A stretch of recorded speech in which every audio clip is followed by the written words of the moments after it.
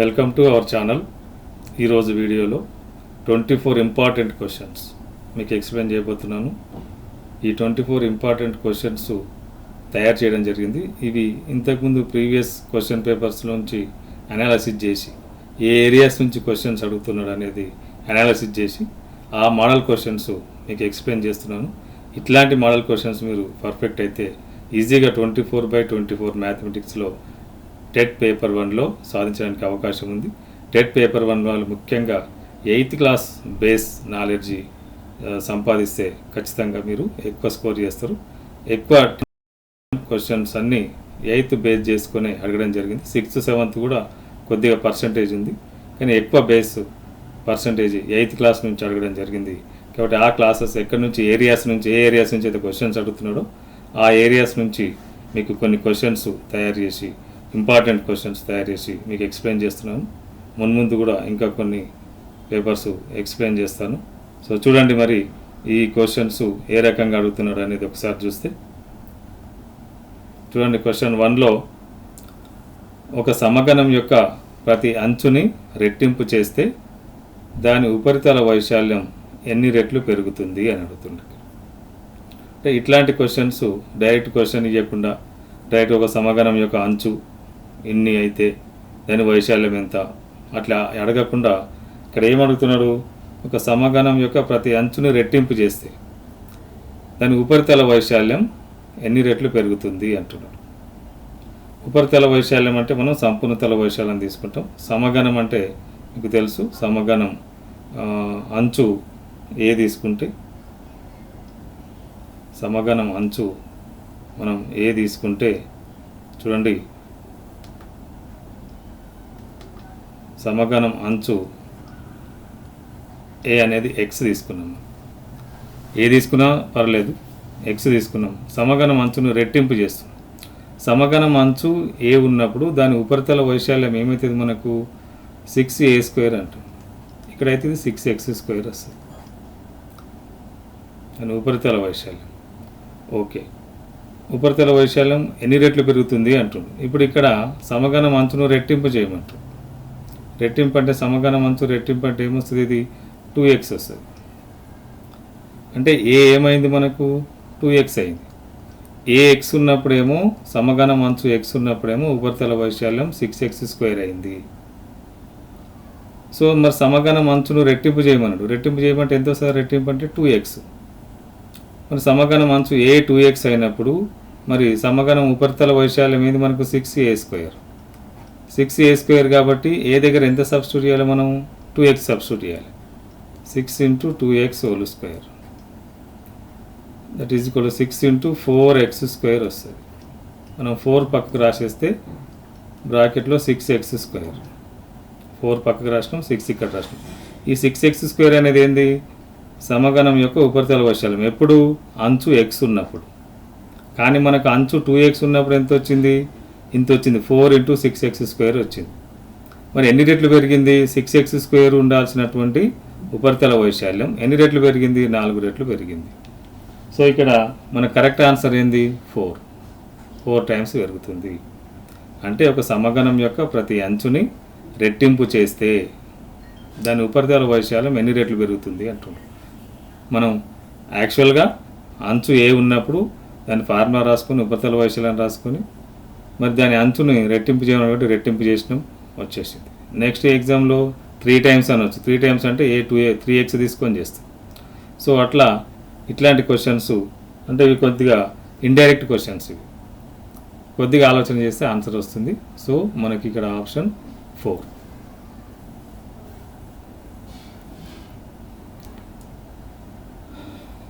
ఇక్కడ చూడండి, ఇప్పుడు క్వశ్చన్స్ ఇచ్చిన తర్వాత ABCDలు ఇచ్చిన తర్వాత మళ్ళీ A only, AB, B only, CD అనేది ఇచ్చింది.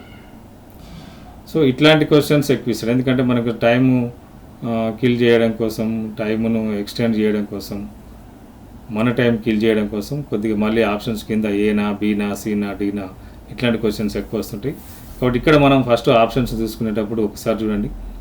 4 శీర్షాలు మరియు 4 ముఖాలు కలిగిన బహుముఖి పేరును తెలపండి అన్నాడు. 4 శీర్షాలు 4 ముఖాలు ఉన్నటువంటి బహుముఖి పేరును తెలపండి అంట. సో ఇక్కడ చూద్దాం, క్యూబ్ చూద్దాం. ఇప్పుడు మనం ఇందులో ఏవి కావు ఎలిమినేషన్ మెథడ్లో వెళ్తే ఈజీగా ఉంటుంది. క్యూబ్ అంటే మనకు 6 ఫేసెస్ వస్తాయి. క్యూబ్ అంటే మనకు 6 ఫేసెస్ వస్తాయి.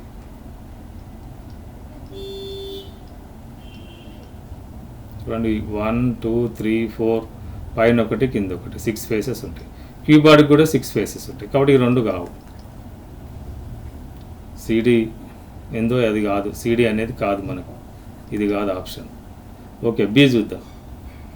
సమచతురస్ర పిరమిడ్, స్క్వేర్ పిరమిడ్ అడిగింది. స్క్వేర్ పిరమిడ్ ఇది పిరమిడ్లు, ఇవేమో ప్రిజం, అవి పిరమిడ్లు.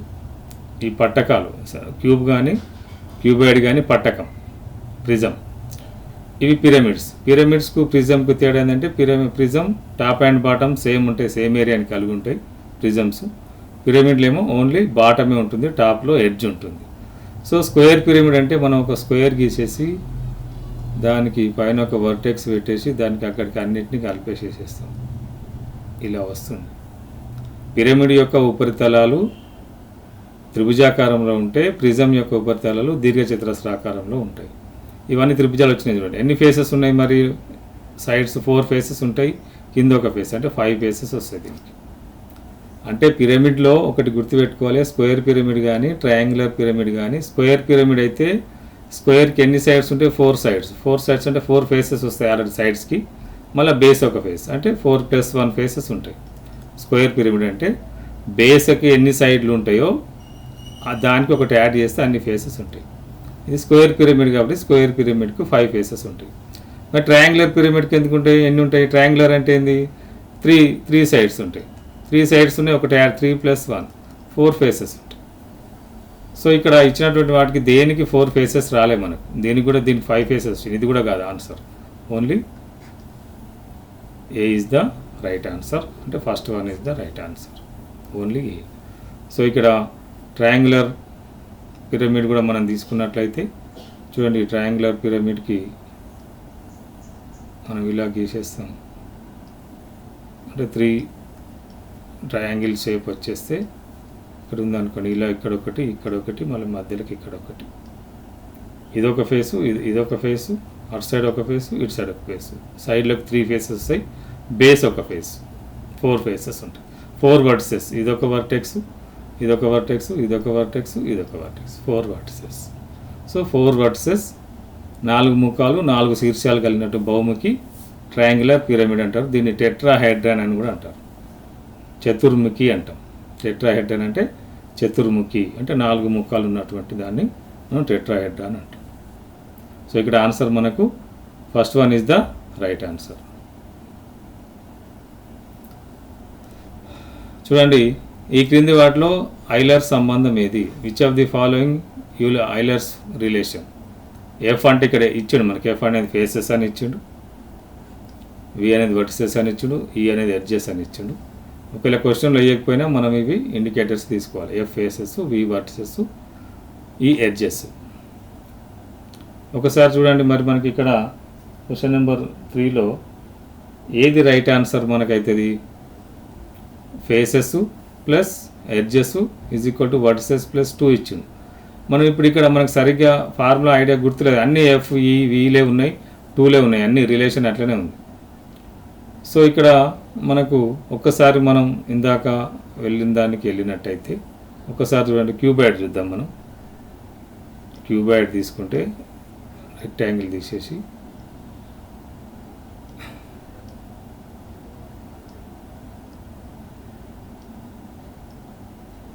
రైట్, క్యూబాయిడ్కి ఎన్ని ఫేసెస్ ఉంటాయి? ఫేసెస్ 6 ఉంటాయి, మనం ఇందాక చెప్పాను.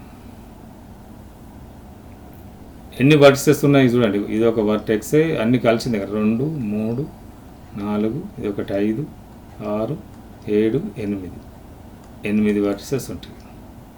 మరి ఎడ్జెస్ ఎన్ని ఉన్నాయి? ఇగో పైన ఇది ఒక ఎడ్జ్, 1 2 3 4, కింద కూడా ఉంటాయి, 1 2 3 4, సైడ్లో కూడా ఉంటాయి, ఇదొకటి 12 ఎడ్జెస్ 12 ఉంటాయి, ఎడ్జెస్ 12 ఉంటాయి. మరి ఎడ్జెస్ 12 ఉంటాయి కాబట్టి ఇక్కడ ఏది అప్లికబుల్ అవుతుంది ఒకసారి చూడండి. ఇక్కడ చూడండి, F plus first F plus E is equal to V plus 2 ఇచ్చిండు. ఎఫ్ అనేది ఏంది మనకి 6, ఈ ఎంత 12, వి ఎంత 8 + 2 ఈక్వల్ అయిందా కాలే, ఇది 18 అయింది, ఇది 10 అయింది, ఇది కాదు. సెకండ్ చూడండి, F plus V is equal to E plus 2. F అంటే ఎంత 6, వి ఎంత 8, ఈ ఎంత 12 + 2, ఇది 14, ఇది 14. సో ఇది right. Euler relation F plus V is equal to E plus F plus V is equal to E plus 2. ఇది ఫార్ములా మనం గుర్తుపెట్టుకుంటే చెప్పచ్చు. చూడండి, ఇక ఎక్కడ ఏవి లేవు, ఇది రాంగే, ఇది రాంగే మనకు. So F plus V faces plus vertices is equal to ఎడ్జెస్కు 2 యాడ్ చేస్తే ఈక్వల్ అవుతుంది ఎనీ 3D ఫిగర్. మనం ఇందాక ట్రయాంగులర్ పిరమిడ్ అనుకున్నాం కదా, ట్రయాంగులర్ పిరమిడ్కు 4 ఫేసెస్ ఉన్నాయి, 4 వర్టిసెస్ ఉన్నాయి. మరి ఎడ్జెస్ ఎన్ని ఉన్నాయి, మనకు ఎడ్జెస్ ఎన్ని ఉన్నాయి, దానికి 4 ఫేసెస్ ఉన్నాయి, 4 వర్టిసెస్ ఉన్నాయి. ఎడ్జెస్ ఎన్ని ఉన్నాయి, ఇందాక చూసినాం కదా, కింద ఎడ్జెస్ 3 ఉంటాయి, ఈ 3, ఇవి 3. ఇటు నుంచి ఒక హెడ్జ్ పోతుంది పైకి, ఇటు నుంచి ఒక హెడ్జ్ పోతుంది, ఇటు నుంచి ఒక హెడ్జ్ వచ్చేసి, అంటే 3 హెడ్జ్, 3 3 6 హెడ్జెస్ వచ్చాయి. ఒకసారి చూడండి, ఇది కూడా చూడండి ఒకసారి. ఎఫ్ అంటే ఫేసెస్ అంటే 4 ప్లస్ వర్టిసెస్ కూడా 4 is equal to edges 6 plus 2 add చేస్తే 8 equal to 8. So this is known as Euler's relation. So ఇది F plus V is equal to E plus 2 గుర్తుపెట్టుకుంటే మీరు ఏదైనా క్వశ్చన్ అడిగినప్పుడు దానికి కరెక్ట్ ఆన్సర్ చేయగలుగుతారు. ఇంకా చూడండి, ఒక సమాసం ఇచ్చిండు, 16x² మైనస్ 48x ప్లస్ 36 ఇచ్చి దీనికి ఫ్యాక్టర్స్ ఫైండ్ అవుట్ చేయమని చెప్పిండు. చూడండి, ఇక్కడ మిడిల్ టర్మ్ ఒక్కటి గుర్తుపెట్టుకోవాలి, మిడిల్ టర్మ్లో మైనస్ ఉంటే ఇక్కడ ఫ్యాక్టర్స్ రెండింటికి మైనసే వస్తుంది. ఇక్కడ మైనస్ ఉంది కానీ ఇక్కడ ప్లస్ ఉంది కాబట్టి ఇది కాదు, గుర్తుపెట్టుకోండి. 3 టర్మ్స్ ఉండి మిడిల్ టర్మ్లో మైనస్ ఉంటే ఇక్కడ రెండింటికి మైనస్ ఉంది, ఇది కావచ్చు మేబీ. ఇక్కడ ఈ రెండింటికి ప్లస్ ఉంది, ప్లస్లు రానే రావు. ఇక్కడ ప్లస్ ఉంటే 2 ప్లస్లు వస్తాయి. షార్ట్ కట్ మెథడ్ చెప్తాను చూడండి, ఇక్కడ కూడా అవకాశం ఉంది. రైట్, 2 ఆప్షన్స్ ఎగిరిపోయినాయి మనం. ఫస్ట్ మిడిల్ టర్మ్ మైనస్ ఉంది కాబట్టి రెండింటికి మైనసే ఉండాలి, రెండింటికి మైనసే ఉన్నాయి, 2 ఉన్నాయి, 2 లేవు. సో ఇప్పుడు ఇక్కడ చూడండి, ఇక్కడ అన్నిట్లలో 4 కామన్ వస్తుంది. 4 కామన్ తీసేస్తే 4 × 4x² మైనస్ 4 × 12x ప్లస్ 4 × 9. అన్ని 4 మల్టిపుల్స్ ఇక్కడ ఇచ్చినాయి అన్ని. సో మనం 4 కామన్ తీస్తాం, 4 కామన్ తీస్తే 4x² మైనస్ 12x ప్లస్ 9. ఈ 4 కామన్ వచ్చింది, ఈ 4 కామన్ వచ్చింది, ఈ 4 కామన్ వచ్చింది. సో ముందు 4 ఎక్కడుంది, ఇక్కడ ఉంది కాబట్టి ఇదే రైట్ ఆన్సర్. ఇప్పుడు అది కాదుగా, ఇంక మనం ఇవన్నీ చేయాల్సిన అవసరం లేదు, ఇది చేయాల్సిన అవసరం లేదు, అది కాదు. ఎందుకంటే ఇక్కడ 2 ఇచ్చింది కామన్, మనకు 2 రాలే, 4 వచ్చింది కామన్.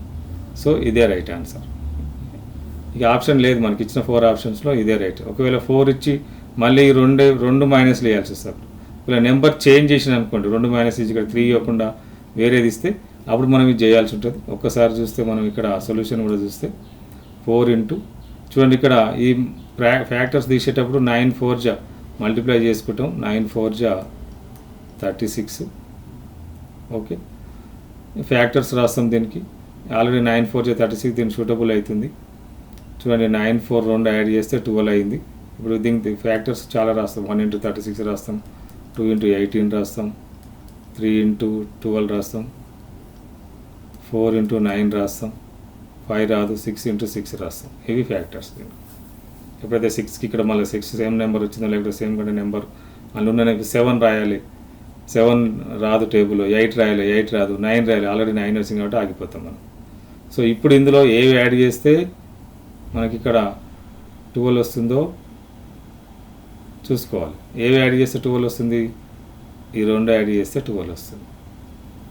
సో చూడండి, అడిషన్ చేసినప్పుడు 4x² 12xను మైనస్ 6x రాస్తాం, మైనస్ 6x, రెండింటికి మైనస్ పెట్టేస్తాం, మైనస్ ఉంది కాబట్టి. సో 4 ఇక్కడ 2 కామన్, ఎక్స్ కూడా కామన్, ఈ రెండిట్లలో 2x కామన్ తీసి ఇక్కడ ఒక 2x మిగులుతుంది, -3 మిగులుతుంది. ఇక్కడ -3 కామన్ తీస్తే 2x -3, 4 into 2x -3 2x -3 repeat అయిన కాబట్టి అవి కామన్ తీసేస్తే రిమైనింగ్లో 2x -3 మిగులుతుంది. ఇది మన ఆన్సర్. ఇక్కడ 9 వచ్చింది కాబట్టి ఇక్కడ 3 వస్తుంది, అది గుర్తుపెట్టుకోండి. ఇక్కడ 4 ఉంది కాబట్టి స్క్వేర్ నెంబర్ కాబట్టి ఇక్కడ 2 ఉండాలి. ఇవి కాకుండా వేరే నెంబర్లు ఇస్తే అవి కూడా మైనస్లు ఇచ్చినా అది కూడా ఆన్సర్ కాదనుకోవాలి. So D is the right answer.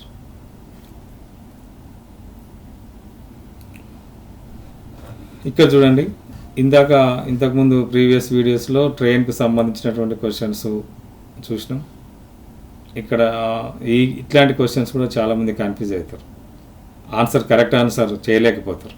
ఏమిచ్చిన ఇక్కడ 10 మంది పురుషులు 5 రోజుల్లో 75 కిలోమీటర్ల పొడవైన రోడ్డును వేయగలరు. 10 మంది పురుషులు 5 రోజుల్లో 75 కిలోమీటర్ల పొడవైన రోడ్డును వేయగలరు. ఇది ఫస్ట్ కండిషన్.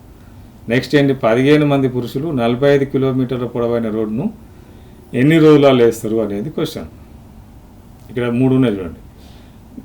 పురుషుల సంఖ్య ఉంది, వాళ్ళు ఎంత డిస్టెన్స్ కిలోమీటర్ రోడ్ వేయాలో ఉంది, ఎన్ని రోజులలో వేస్తారో ఉంది. ఇక్కడ అంటే ఇక్కడ మెన్ ఇచ్చిండు, కిలోమీటర్స్ ఇచ్చిండు, డేస్ ఇచ్చిండు. ఫస్ట్ దాంట్లో మెన్ ఎంతమంది 10 ఉన్నారు, ఎన్ని కిలోమీటర్స్ 75, డేస్ ఎన్ని 5 days. సెకండ్ సెంటెన్స్లో మెన్ ఎంతమంది 15, ఎంత కిలోమీటర్లు వేస్తున్నారు 45, ఎన్ని రోజులలో వేస్తున్నారు తెలియదు ఎక్స్. సింపుల్గా చూడండి, సింపుల్గా ఇట్లా రాసేసుకుంటే మనకు తెలుస్తుంది. ఇక్కడ మనకు ఇన్వర్స్ ప్రపోర్షన్, డైరెక్ట్ ప్రపోర్షన్ అని 2 ఉంటుంది.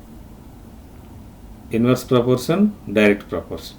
ఏది ఇన్వర్స్ ప్రపోర్షన్, ఏది డైరెక్ట్ ప్రపోర్షన్ అనేది మనం ఒక్కసారి గమనించాలి. ఇక్కడ పురుషులు ఉన్నారు, రోడ్డు వేస్తారు, కిలోమీటర్ రోడ్డు వేస్తారు. 10 మంది పురుషులు 75 కిలోమీటర్ల రోడ్ను 5 రోజులలో వేస్తారు. ఇప్పుడు 5 రోజులు మనం అట్లనే కాన్స్టెంట్ పెట్టేసి ఇక్కడ 20 మందిని చేసినాం అనుకోండి, 20 మందిని ఇచ్చినాం అపాయింట్మెంట్, 20 మందికి వేయమని చెప్పినాం. అదే 5 రోజులల్లో ఎంత వేస్తారు, రోడ్డును ఎక్కువ వేస్తారు. జనాలు పెరిగిరు కదా, 100 కిలోమీటర్లు వేయచ్చు, 75 కంటే ఎక్కువ వేస్తారు అదే 5 రోజులలో. ఎందుకంటే సంఖ్య పెరిగింది కదా, 20 మంది అయ్యారు అంటే 150 అవుతుంది. అంటే ఇది పెరుగుతుంది, ఇది మనుషుల సంఖ్య పెరిగినప్పుడు ఇది కూడా పెరుగుతుంది. కాబట్టి ఇది డైరెక్ట్ ప్రపోర్షన్. ఇప్పుడు మనుషులను ఎక్కువ ఇచ్చినప్పుడు రోడ్డు పెరుగుతుంది. అదే 5 రోజులల్లో 75 కిలోమీటర్లు వేయరు వాళ్ళు, 20 మంది ఉంటే 150 కిలోమీటర్లు వేస్తారు అదే 5 రోజులలో, పెరుగుతుంది. అంటే మనుషుల సంఖ్య పెరిగినప్పుడు కిలోమీటర్లు కూడా, రోడ్డు కూడా పెరుగుతుంది. కాబట్టి ఇది రెండింటికి డైరెక్ట్ ప్రపోర్షన్ ఉంది. మరి ఈ రెండింటికి ఏముంది ఒకసారి చూద్దాం.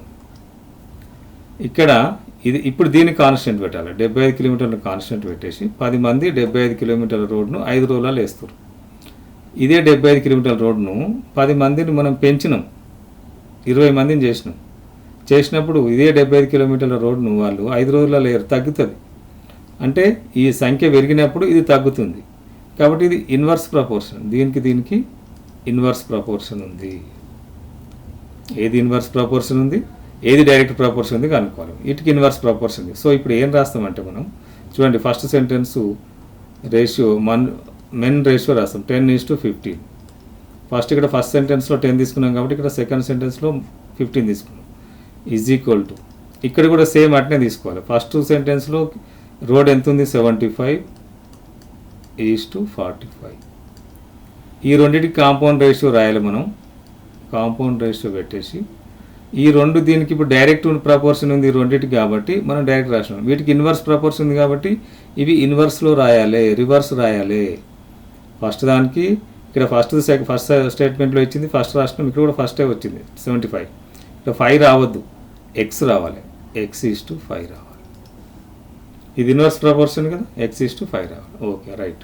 ఇప్పుడు చూడండి, ఇప్పుడు రేషియో ఉన్నప్పుడు ఎక్కడ క్యాన్సిల్ ఉంటే ఏ రెండింటికి క్యాన్సిల్ ఉన్నా అవి మనం క్యాన్సిల్ చేసుకోవచ్చు. ఇక్కడ 5 2 5 3 సింప్లిఫై చేసుకుంటున్నాం. 15 5 15 3 right. 2:3 is equal to 5:3 compound ratio x:5. Compound ratio ఏంది మొదటి పదాలు గుణించాలి, చివరి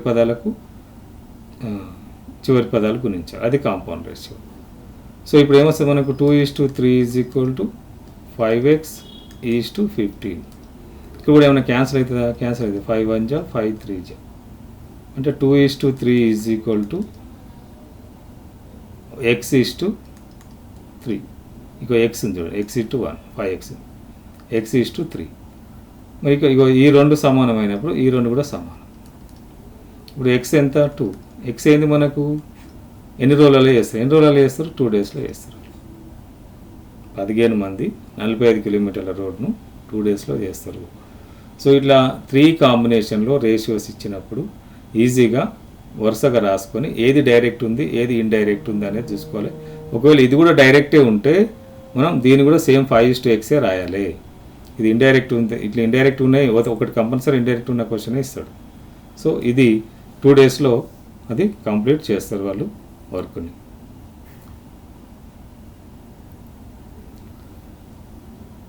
ఇక్కడ చూడండి, ఒక తీగను 27.5 సెంటీమీటర్ల భుజం కలిగిన ఒక చతురస్ర రూపంలోకి వంచారు. ఒక మొత్తం తీగ ఎంత ఉందో మనకు తెలియదు, కానీ ఆ తీగను చతురస్రాకారంలో మార్చినప్పుడు ఆ చతురస్రం యొక్క భుజం పొడవు 27.5 సెంటీమీటర్లు ఉంది. ఆ తీగను మళ్ళీ తిన్నగా చేసి, అంటే మళ్ళీ ఓపెన్ చేసి ఒక వృత్తం రూపంలోకి వంచితే ఆ తీగను మొత్తాన్ని ఒక వృత్తంలాగా చేశారు.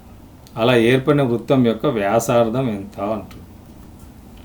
చూడండి, ఇక్కడ కనెక్షన్ ఇచ్చిండు చతురస్రానికి వృత్తానికి. మనం ఫస్ట్ చతురస్రం డ్రా చేసుకుంటే చతురస్రంలాగా తయారు చేసిన తీగ యొక్క భుజం ఎంత ఉంది? 27.5 ఉంది ఒక భుజం. అన్నీ 27.5లే ఉంటాయి. ఎందుకు? చతురస్రం భుజం సమానం కాబట్టి, చతురస్రం యొక్క భుజాలు సమానం కాబట్టి. ఇప్పుడు దీని చుట్టుకొలత ఎంత అవుతుంది? ఇదే వైర్ను వృత్తంలాగా చేశారు కాబట్టి ఈ చతురస్రం యొక్క చుట్టుకొలత ఎంత వస్తుందో వృత్తం యొక్క చుట్టుకొలత కూడా అంతే ఉంటుంది. దీన్ని మళ్ళీ ఓపెన్ చేసి మళ్ళీ వృత్తం తయారు చేశారు కాబట్టి దాని చుట్టుకొలత కూడా అంతే అవుతుంది. మరి చతురస్రం చుట్టుకొలత ఎంత? ఫార్ములా ఏంటి? చుట్టుకొలత 4 × భుజం. అంటే అన్ని కూడమే, ఇది అన్ని చుట్టూ కూడితే చుట్టుకొలత వచ్చేసి 4 × భుజం అంటే 4 × 27.5. ఇది చుట్టుకొలత. అది అట్లే ఉంచుదాం. మీరు క్యాలిక్యులేషన్ చేసిన ఇవన్నీ క్యాలిక్యులేషన్ చేసుకుంటూ పోతే మళ్ళీ మీకు క్యాలిక్యులేషన్ అప్పుడు ఇబ్బంది అవుతుంది కాబట్టి ఇవి మల్టిప్లికేషన్ వచ్చినప్పుడు అట్లే ఉంచండి. నెక్స్ట్ వృత్తం చుట్టుకొలత సమానం కావాలి. ఇది వృత్త పరిధి అంటాం మనం, దానికి ఏమంటాం? వృత్త పరిధి అంటాం. చుట్టుకొలతను వృత్త పరిధి ఎంత ఉండాలి? ఇంతే ఉండాలి. 4 × 27.5 ఉండాలి.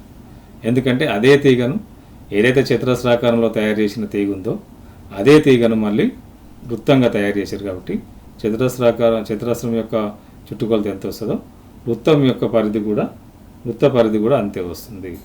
సో ఇప్పుడు వృత్త పరిధి సూత్రం ఏంది మరి మనకు? 2πr. 2πr ఎంతకు సమానం కావాలి? 4 × 27.5కి సమానం కావాలి. పై వాల్యూ ఎంత? 22/7. ఇది గుర్తుపెట్టుకోవాలి. పై వాల్యూ 22/7 రాసుకోవాలి. So 2 × 22/7 r = 4 × 27.5. చూడండి, ఇక్కడ r ఈ రెండు వాల్యూస్ ఇక్కడ రైట్ సైడ్ తెస్తే ఇది 4 × 27.5. ఈ 2 ఏమవుతుంది? బైలోకి వచ్చేస్తుంది, by2 అవుతుంది. ఈ 22/7 ఏమవుతుంది? 7/20 × 7/22 అవుతుంది.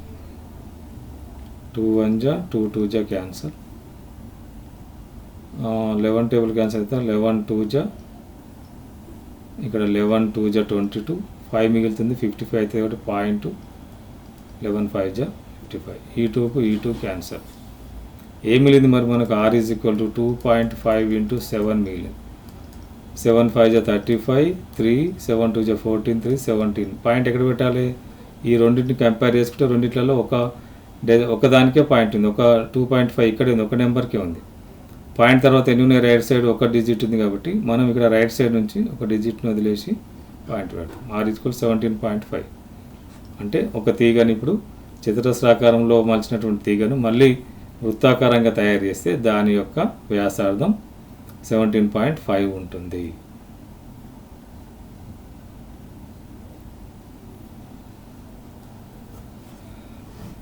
ఇక్కడ చూడండి, క్రింది వాక్యాలలో ఏవి అసత్యం అని అంటుంది. ఏవైనా రెండు వృత్తాలు ఎల్లప్పుడూ సరూపాలు అంటుంది, సిమిలర్. ఏవైనా రెండు చతురస్రాలు ఎల్లప్పుడూ సరూపాలు అంటుంది.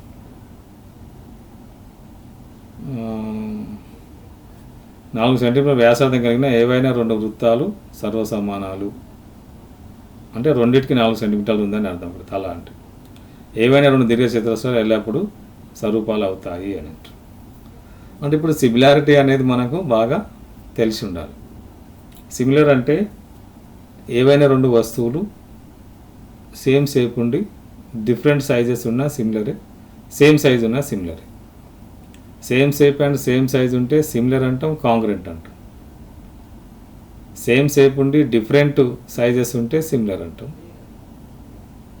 ఓకే, కాంగ్రెంట్స్ అయినవన్నీ సిమిలర్ అవుతాయి, కానీ సిమిలర్ అయినవన్నీ కాంగ్రెంట్స్ కావు. Any two figures if they are always congruent then they are similar. ఏవైనా రెండు త్రిభుజాలు కానీ ఏవైనా సర్వసమానాలు అయితే అవి స్వరూపాలు అవుతాయి. స్వరూపాలు అయితే సర్వసమానాలు కావచ్చు, కాకపోవచ్చు. సరే చూద్దాం. ఇప్పుడు రెండు వృత్తాలు ఎల్లప్పుడూ స్వరూపాలు అంటుంది. ఎస్, రెండు వృత్తాలు ఎల్లప్పుడూ స్వరూపాలే. అవి చూడడానికి సేమ్ కనిపిస్తాయి, ఆకారం డిఫరెంట్ ఉంటే ఉండొచ్చు. కాబట్టి ఏవైనా రెండు వృత్తాలు తీసుకుంటే అవి ఎల్లప్పుడూ సర్వసమానమే. కాబట్టి ఇది మనకు కరెక్ట్ ఆన్సర్ కాదు. ఏవి అసత్యం అంటాడు, అసత్యం కాదు, ఇది సత్యం. కాబట్టి మనకు అవసరం లేదు. ఏవైనా రెండు చతురస్రాలు ఎల్లప్పుడూ స్వరూపాలు. ఎస్, రెండు చతురస్రాలు అవి సేమ్ సైజు కనిపిస్తాయి, సేమ్ రూపునే డిఫరెంట్ సైజెస్ ఉన్నాయి. రెండు చతురస్రాలు ఎల్లప్పుడూ స్వరూపాలు. ఇది కూడా మన ఆన్సర్ కాదు. మళ్ళీ ఇక్కడ చూడండి, 4 సెంటీమీటర్ల వ్యాసార్థం కలిగిన ఏవైనా రెండు వృత్తాలు సర్వసమానాలు. ఇక్కడ చూడండి, ఈ రెండు వృత్తాలేమో స్వరూపాలు కానీ సర్వసమానాలు కాదు, కాంగ్రెంట్ కాదు. ఎప్పుడు కాంగ్రెంట్ అయితే రెండు సేమ్ ఉండాలి. మళ్ళీ ఇది 3 సెంటీమీటర్స్ వ్యాసార్థం ఉంటే ఇది కూడా 3 సెంటీమీటర్స్ వ్యాసార్థం ఉంటే రెండు సర్వసమానాలు. స్వరూపాలు అయితే సర్వసమానాలు అయితే ఈ రెండు, కానీ ఇవి ఓన్లీ స్వరూపాలు అయితే సర్వసమానాలు కావు. ఇది కూడా కాదు. ఏవైనా రెండు దీర్ఘచతురస్రాలు ఎల్లప్పుడూ స్వరూపాలు అవుతాయి, కాదు. దీర్ఘచతురస్రాలు అనేవి ఎల్లప్పుడూ స్వరూపాలు కావు. త్రిభుజాలకు ఈ భుజాలు కలిగిన బహుభుజులకు వచ్చేసరికి వాటి యొక్క భుజాల నిష్పత్తిని కూడా చూస్తాం. స్వరూపాలు కావాలంటే భుజాల నిష్పత్తి చూస్తాం. ఇక్కడ భుజాల నిష్పత్తి సమానంగా ఉంటుంది. ఇవి రెగ్యులర్ పాలిగాన్స్. సమబాహు త్రిభుజాలు కానీ చతురస్రాలు కానీ అంటే అన్ని భుజాలు సమానంగా ఉన్నాయని మనకు రెగ్యులర్ పాలిగాన్స్ అంటాం. అన్ని కోణాలు కూడా సమానంగా ఉండాలి. మళ్ళీ అట్లని రాంబస్ రెగ్యులర్ పాలిగాన్ కాదు, కోణాలు సమానంగా ఉండవు. సో ఇక్కడ రెగ్యులర్ పాలిగాన్స్ అన్నీ ఎల్లప్పుడూ స్వరూపాలు అవుతాయి, కానీ ఇది రెగ్యులర్ పాలిగాన్ కాదు, దీర్ఘచతురస్రం. కాబట్టి ఇది ఎల్లప్పుడూ స్వరూపం కాదు. ఇది ఆన్సర్ రైట్. మనకు అసత్యం అనేది ఇది, అసత్యం మనకు. This is the right answer.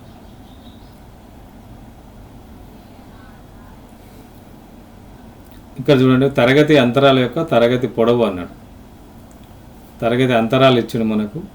ఈ అంతరాలు ఇచ్చినప్పుడు మీరు సింపుల్గా ఒకదాని కింద ఒకటి రాసుకుంటే ఈజీగా వస్తుంది. 11 to 20, 21 to 30 ఇంతవరకు ఇచ్చిండు. ఓకే, నెక్స్ట్ ఏమొస్తుంది?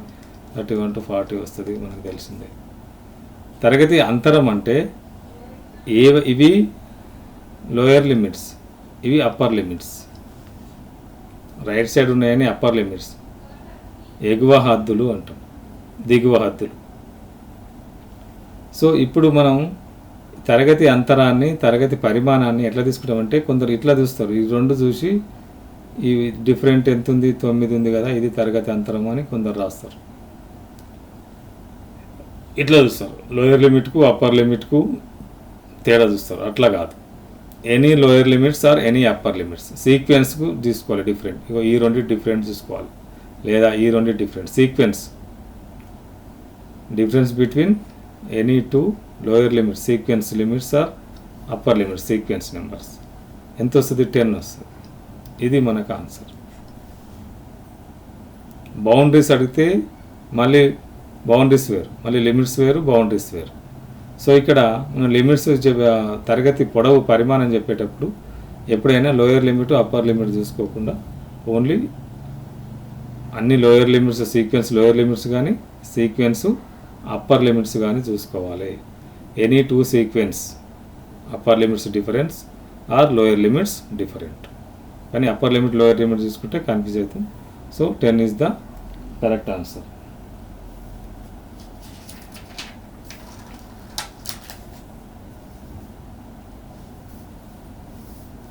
చూడండి, ఇక్కడ ఆరోహణ క్రమంలో అమర్చబడిన క్రింది పరిశీలన అంశాల యొక్క మధ్యగతం 15 అని ఇచ్చింది. వీటి మధ్యగతం 15 ఇక్కడ వరకు. ఎక్స్ ఈజ్ ఈక్వల్ టు ఏంటి క్వశ్చన్ మార్క్ ఇచ్చింది. ఎక్స్లలో ఉన్నది ఎక్స్ ఎంత అంటుంది. అంటే మనకు మధ్యగతం కనుక్కోవాలంటే అవి ఆరోహణ క్రమంలో కానీ అవరోహణ క్రమంలో కానీ ఉంటేనే మధ్యగతం మనం కనుక్కోవడానికి కరెక్ట్ మధ్యగతం కనుక్కుంటాం. ఇది ఆరోహణ క్రమంలో అమర్చబడి ఉన్నది అంటుంది.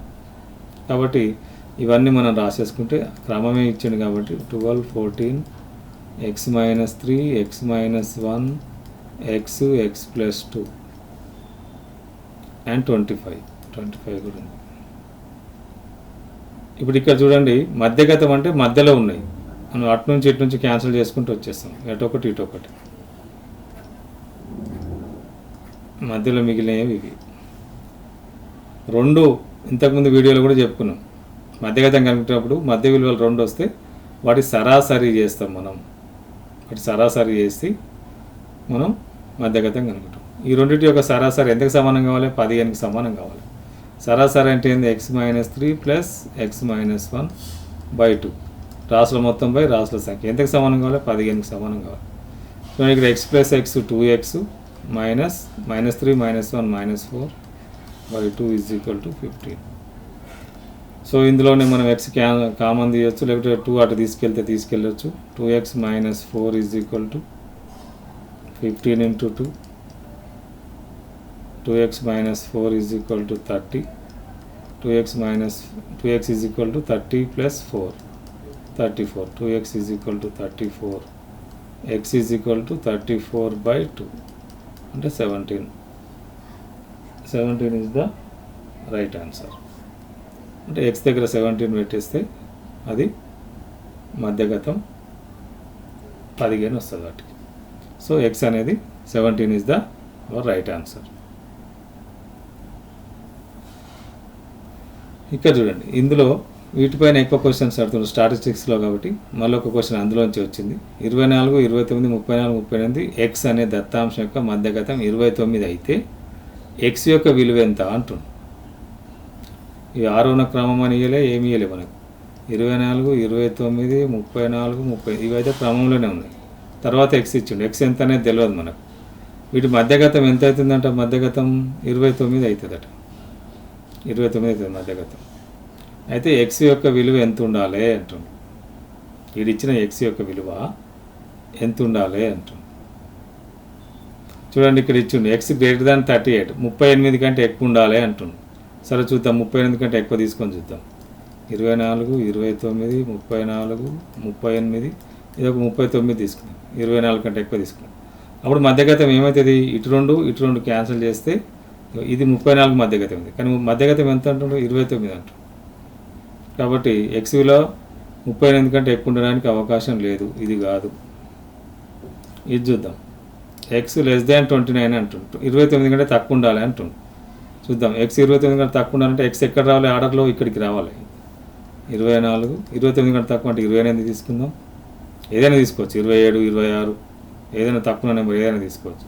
29 అట్నే రాస్తాం. ఇక్కడ ఎక్స్, ఇది ఎక్స్ అన్నట్టు. 34, 38. ఇప్పుడు చూడండి, ఈ రెండు క్యాన్సిల్ చేస్తే మధ్య విలువ 29 వచ్చిందా? సో అంటే ఎక్స్ ఎంత ఉండొచ్చు? ఇది రైట్ ఆన్సర్. మిగతా కూడా చూద్దాం. ఎక్స్ లైస్ బిట్వీన్ 29 అండ్ 34 అంటాం. 29 అండ్ 34 మధ్యన ఉండొచ్చు అంటాం.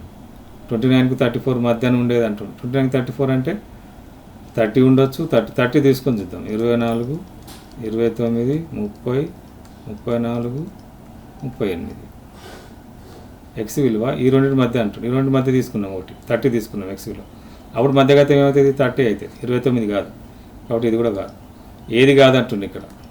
ఒకటి వచ్చింది మనకు. కాబట్టి B is the right answer. అక్కడ సబ్స్టిట్యూట్ చేసి చూసుకోవాలి ఇచ్చినటువంటి కండిషన్స్ ప్రకారం. ఏమేమి కండిషన్స్ ఇచ్చిన ఫస్ట్ దాంట్లో ఎక్స్ గ్రేటర్ దాన్ 38 అన్నాడు, ఎక్స్లో 38 కంటే ఎక్కువ ఒక విలువ తీసుకొని మధ్యగత చూసినాం, 29కి రాలేదు. ఎక్స్ లెస్ దాన్ 29 అన్నాడు, 29 కంటే తక్కువ ఉన్నటువంటి ఒక విలువ ఎక్స్లో తీసుకొని మధ్యగతం చేసినాం, అది 29 వచ్చింది. కాబట్టి అదే మన రైట్ ఆన్సర్.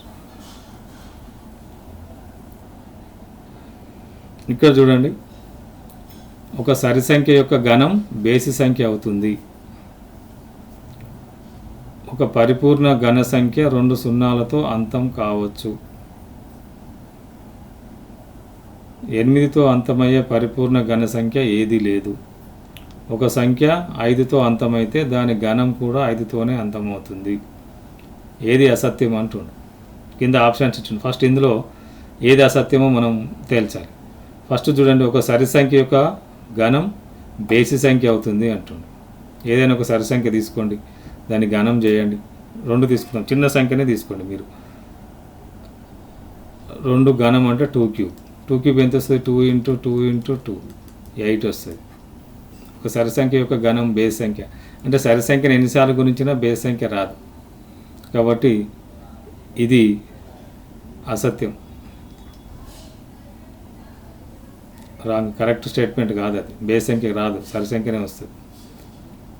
ఒక పరిపూర్ణ ఘన సంఖ్య 2 సున్నాలతో అంతం కావచ్చు అంటుంది. 2 సున్నాలతో అంతం కావాలి అంటే ఇప్పుడు 100 తీసుకుందాం. 100 అనేది 2 సున్నాలతో అంతమే. పరిపూర్ణ ఘన సంఖ్య అవుతుందా? ఘన సంఖ్య కావాలంటే ఇది ఘన సంఖ్యనే ఉండాలి, ఇక్కడ 3 సున్నాలు ఉండాలి. 10కి మనం క్యూబ్ చేస్తే 1000 వస్తుంది. అంటే ఏదైనా ఒక పరిపూర్ణ ఘన సంఖ్య కావాలంటే దానికి 3 సున్నాలు కంపల్సరీ ఉండాలి. సున్నాలతో పోల్చుకుంటే సున్నాలు లేనివి కూడా ఉంటాయి, కానీ సున్నాలు అడిగిండు. 2 సున్నాలతో అంతం కావచ్చు, 2 సున్నాలతో అంతమయ్యే ఘన సంఖ్య మనకు ఉండదు. కాబట్టి ఇది కూడా ఫాల్స్ స్టేట్మెంట్. 8తో అంతమయ్యే పరిపూర్ణ ఘన సంఖ్య ఏది లేదు అంటుండు. 8తో అంతమయ్యే పరిపూర్ణ ఘన సంఖ్య 8 ఉంది, మనకు ఫస్టే వచ్చింది 8. కాబట్టి ఇది కరెక్టే. 12 కూడా వస్తుంది. ఇప్పుడు 12 తీసుకున్నాం అనుకో, అంటే 1వ స్థానంలో 2 ఉన్నటువంటి ఘన సంఖ్యలు అన్నిటికీ 12 క్యూబుకు కూడా 1వ స్థానంలో 8 వస్తుంది. 22 క్యూబుకు కూడా 1వ స్థానంలో 8 వస్తుంది. కాబట్టి ఇది రైటే.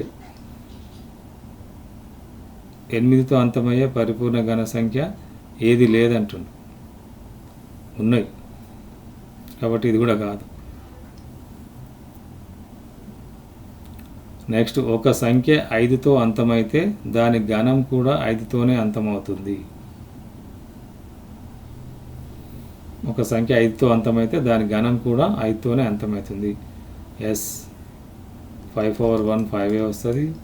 5² 5 యూనిట్ ప్లేస్లో 5 వస్తుంది. 5 క్యూబ్ కూడా మనకు 125 5 వస్తుంది. అంటే 5కు ఎంత ఘాతం ఉన్నా యూనిట్ ప్లేస్లో 5 వస్తుందని చెప్పుకున్నాం. 6కు కానీ 5కు కానీ ఎంత ఘాతం ఉన్నా యూనిట్ ప్లేస్లో అంతే వస్తుంది. 10 ఉంది అనుకోండి, యూనిట్ ప్లేస్లో 0నే వస్తుంది. దీనికి ఎంత ఘాతం ఉన్నా 0నే వస్తుంది. సో ఇది రైటే, 5తోనే అంతమవుతుందండి, రైట్. అంటే ఇది సత్యం, ఈ 3 అసత్యం. 3 అసత్యం అనేది ఎక్కడున్నాయి మరి? ఏవి అసత్యం? 3 ఏమి? ఏబిసి ఎక్కడున్నాయి? ఏబిసి ఇక్కడ ఉన్నాయి. This is the right answer.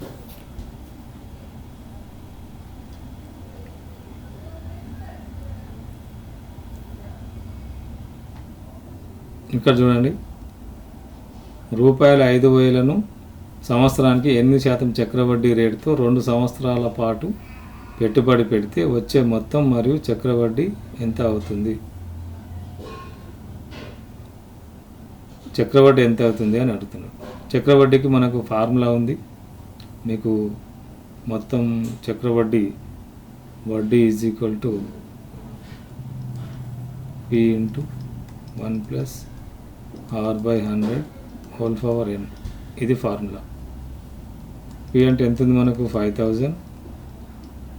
1 + R ఎంత ఉంది? 8/100. n అంటే ఎంత? ఎన్ని సంవత్సరాలు? అది కాలం 2. 5000 ఇక్కడ ఎంత వస్తుంది మనకు? 100 చేస్తే 100 LCM చేస్తే 100 + 8/100 హోల్ స్క్వేర్. 5000 108/100 whole square. 5000 × 108/100 × 108/100 2 సున్నాలకు 2 సున్నాలు, 1 సున్నాకు 1 సున్నా, 5 1 జా 5 2 జా, 2 1 జా 2 5 జా 2 4 జా, 108 ఇంటూ 54, 32 4 45 2 3 8 5. మొత్తం ఎంత వచ్చింది మనకి? ఇది 5832 వచ్చింది.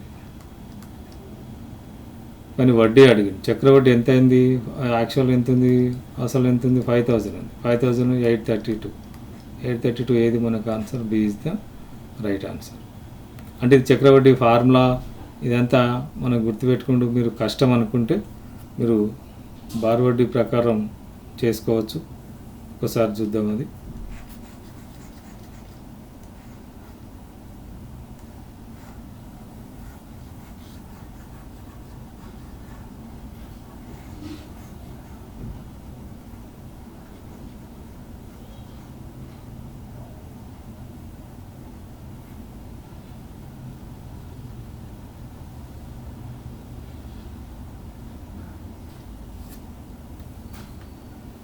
చూడండి,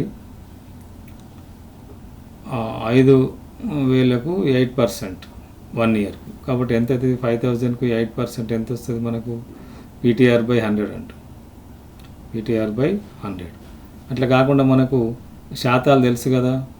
8% ఎంత ఉంటుంది 5000లో అంటే 5000 ఇంటూ 8/100. అంతే, సింపుల్. 5000 ఇంటూ 8/100. 2 zeros 2 0 cancel. 8 5 40 అంటే 400. 400 వచ్చింది. అంటే ఫస్ట్ ఇయర్కి ఎంత వడ్డీ? 400 వడ్డీ ఫస్ట్ ఇయర్కి. ఇప్పుడు ఇది చక్రవడ్డీ కాబట్టి ఈ వడ్డీ వచ్చేసి అసలు కలుస్తుంది మళ్ళీ నెక్స్ట్ ఇయర్. చక్రవడ్డీ అంటే అది. బార్ వడ్డీకేమో అసలు అంతే ఉండి ఎవ్రీ ఇయర్ వడ్డీ పెరుగుతుంటుంది అంతే. చక్రవడ్డీలో ఏమవుతుంది? ఆ వడ్డీ వచ్చేసి అసలు కలుస్తూ మళ్ళీ నెక్స్ట్ ఇయర్కు అది ప్రిన్సిపల్ అమౌంట్ అవుతుంది, అసలు అవుతుంది. ఇప్పుడు 5000 ప్లస్ 400 యాడ్ చేయాలి అంటే 5400 మనకు అసలు అయింది నెక్స్ట్ ఇయర్. 2 సంవత్సరాలు కాబట్టి ఒక సంవత్సరానికి వడ్డీ ఇంత వచ్చింది. ఈ మళ్ళీ 5400కు 8% చేయాలి మళ్ళీ. 8/100 200. 2 zeros క్యాన్సల్. 54 ఇంటూ 8. 8 4 32, 3 8 5 40, 43. ఓకే, 43 వచ్చింది. నెక్స్ట్ ఇయర్కి ఎంత వచ్చింది మనకు? 432 వచ్చింది. ఫస్ట్ ఇయర్ ఎంత వచ్చింది? 400 వచ్చింది. 400 432 మొత్తం వడ్డీ ఎంత అయింది? 832 వడ్డీ అయింది. సో ఇది ఇట్లా ఈ రకంగా కూడా మీరు చేసుకోవచ్చు. అంటే ఇవి చక్రవడ్డీ ఫార్ములా అర్థం కాలేదు అంటే దాని పర్సంటేజ్ ఫైండ్ అవుట్ చేసి అది ఫస్ట్ ఇయర్కు 3 సంవత్సరాలు అనుకోండి, మళ్ళీ 432 తీసుకువెళ్ళి 5400కి యాడ్ చేసి మళ్ళీ దానికి 8% వడ్డీ ఎంత వస్తుందో అన్ని ఇయర్కి వచ్చినటువంటి వడ్డీలను మనం యాడ్ చేస్తే మొత్తం వచ్చినటువంటి వడ్డీ వస్తుంది. 832 is the right answer. Percentage పైన ఎక్కువ క్వశ్చన్స్ అడిగింది కాబట్టి ఈ క్వశ్చన్స్ బాగా ఒకసారి మీరు అర్థం చేసుకుంటే ఎగ్జామ్లో వచ్చే క్వశ్చన్స్ ఈజీగా చేయగలుగుతారు. చూడండి, ఇక్కడ నీలిమ ఒక దుకాణానికి దుస్తులు కొనడానికి వెళ్ళింది. ఆ దుస్తుల ప్రకటిత ధర ₹1000. ప్రకటన వేల ₹1000 ఉంది. దుకాణదారుడు మొదట 20% తగ్గింపు ఇస్తానని రాసిండు. ఆ తర్వాత 5% కూడా తగ్గింపు ఇచ్చిండు. ఫస్ట్ 20 ఇచ్చిండు, మళ్ళీ 5 ఇచ్చిండు, 5% ఇచ్చిండు. అయితే ఈ 2 వరుస తగ్గింపులకు సమానమైన ఒకే ఒక తగ్గింపును కనుక్కోండి అంటుంది. ఈ 2 వరుస తగ్గింపులు కాదు, మనం ఎంత పెడితే ఈ 2 వరుస తగ్గింపులకు కరెక్ట్ అవుతుంది అంటుంది. చూద్దాం. ఫస్ట్ 1000కు 20% ఎంత తగ్గుతుందో చూద్దాం. ఇందాక చేసినాం కదా, 1000 ఇంటూ 20% అంటే 20/100. పర్సంటేజ్ ఎప్పుడు 100. 2 zeros 2 zeros క్యాన్సర్. 200 తగ్గుతుంది అంటే 200,000లోంచి 200 తగ్గుతుంది అని అంటే ఎంత అవుతుంది మరి మనకు? 1000లోంచి 200 తగ్గిస్తే 800 అవుతుంది. మళ్ళీ 800 పైన ఎంత ఇచ్చిండు? 5% ఇచ్చిండు. 800 ఇప్పుడు మనకు 800 పైన 5% ఇచ్చిండు. 5% అంటే 5/100. 2 zeros క్యాన్సల్ అంటే 40. అంటే ఇప్పుడు మొత్తం ఎంత తగ్గించినట్టు అంటే 800 నుంచి మళ్ళీ 40 తగ్గించాలి. 760కి వచ్చింది మనకు. ఆ వస్తువు ఎంతకు వచ్చింది? 760కి వచ్చింది. ఎట్లా? 1000 రూపాయలు ఉన్నటువంటి ఒక వస్తువు మొదట 20% తగ్గించి మళ్ళీ వచ్చిన దాని మీద మళ్ళీ 5% తగ్గిస్తే 760కి వచ్చింది. ఇట్లా కాకుండా ఈ రెండు తగ్గింపులు కాకుండా ఒకే ఒక తగ్గింపుకు మనకు 760కి వచ్చేటట్టు అనుకోమంటాడు. ఇందులో ఏది వస్తుంది? మనకు 25% వస్తుందా, 24 వస్తుందా, 23 వస్తుందా, 26 వస్తుందా అనేది చూడాలి. 760 తగ్గింది కాబట్టి ఎంతలో తగ్గింది? 760 మనకు 1000లో తగ్గింది కాబట్టి 1000 మైనస్ 760 చేస్తే ఎంత వస్తుంది మనకు? 240. మనకు తగ్గింపు ఎంత వచ్చింది? 240 వచ్చింది. మరి ఇప్పుడు 240 1000లో ఎంత పర్సెంటేజో మనం ఫైండ్ అవుట్ చేయాలి. 240 1000లో ఎంత పర్సెంటేజో ఫైండ్ అవుట్ చేయాలి. ఎట్లా చేస్తాం మరి మనం? 240 by 1000 ఇంటూ 100. 2 zeros 2 0 క్యాన్సిల్, ఒక జీరోకి ఒక జీరో క్యాన్సిల్. ఎంత వచ్చింది? 24% ఇస్తే సరిపోతుంది. ఆ దుకాణదారుడు ఫస్ట్ 20%, తర్వాత 5 వచ్చిన దాని మీద 5% అనకుండా 24% తగ్గింపు అంటే సరిపోతుంది. ఇది మన correct answer. 24% is the correct. ఇప్పుడు కొంతమంది ఇక్కడ కన్ఫ్యూజ్ అయ్యి ఇక్కడ 20% తగ్గించిండు, ఇక్కడ 5% తగ్గించింది కాబట్టి మొత్తం 25% అవుతుందని ఇది ఆన్సర్ పెట్టే అవకాశం ఉంటుంది. టైం లేకుండా కొంతమంది లాస్ట్ వరకు వచ్చారు అనుకోండి, మ్యాథ్స్ లాస్ట్ వరకు చేస్తున్నారు అనుకోండి, టైం ఉంటుంది, అప్పుడు వాళ్ళు 25 ఇంతే ఉంటుందని పెట్టేస్తుంటారు. అట్లా కాకుండా ఇది అట్లా మనం కన్ఫ్యూజ్ చేయడానికే క్వశ్చన్స్ ఇచ్చాడు కాబట్టి క్వశ్చన్ చదివి ఆన్సర్ చేయడం ఉత్తమం. ఇక్కడ చూడండి, ఇట్లాంటి క్వశ్చన్స్కి చాలా క్వశ్చన్స్కి ఇట్లా ఆన్సర్స్ ఇస్తుంది కాబట్టి ఇట్లాంటివే ప్రిపేర్ చేయడం జరిగింది. ప్రామాణిక రూపం అని అన్నాడు, స్టాండర్డ్ ఫామ్ అన్నాడు. ఈ డెసిమల్ పాయింట్ తర్వాత ఎన్ని ఉన్నాయి మనకు? చూడండి, 1 2 3 4 5 6 7 8 9 10 11 12 ఉన్నాయి.